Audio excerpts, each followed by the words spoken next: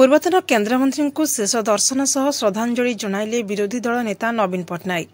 देवेन्द्र बासभवन में पहुंची अमर आत्मार सद्गति कामना करिसेंती नवीन।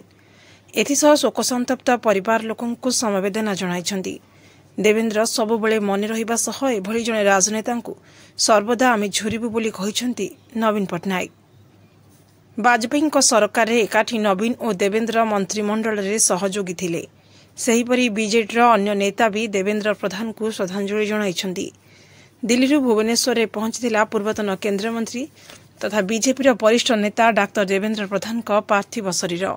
स्वतंत्र विमान रे भुवनेश्वर विमान बंदर में मरशरीर पहुंचवा पर सेठारे तांकु गार्ड ऑफ ऑनर दिया जाइतला। विमान बंदर में बाचस्पति सुरमा पाढ़ी, मुख्यमंत्री मोहन माझी, राजस्व मंत्री सुरेश पुजारी, पूर्तमंत्री पृथ्वीराज सरचंदन समेत बीजेडी नेता महेश साहू, ब्रजकिशोर प्रधान, रोमांच रंजन विश्वाल, मनमथ राउतराय, भृगु बक्सीपात्र और कांग्रेस पूर्वतन विधायक सुरेश कुमार राउतराय प्रमुख उपस्थित रही श्रद्धांजलि जणाइले। बापा पार्थिव शरीर पहुंचवा बेले उपस्थित रही पुआ तथा केन्द्रमंत्री धर्मेन्द्र प्रधान। विमान बंदरु एक स्वतंत्र गाड़ी रे डाक्तर प्रधान पार्थिव शरीर को बीजेपी राज्य कार्यालय को अणाଯାଇଥିଲା। सेठारे राज्य बीजेपी बहु नेता और कर्मी शेष दर्शन करने सह श्रद्धांजलि जणाइले।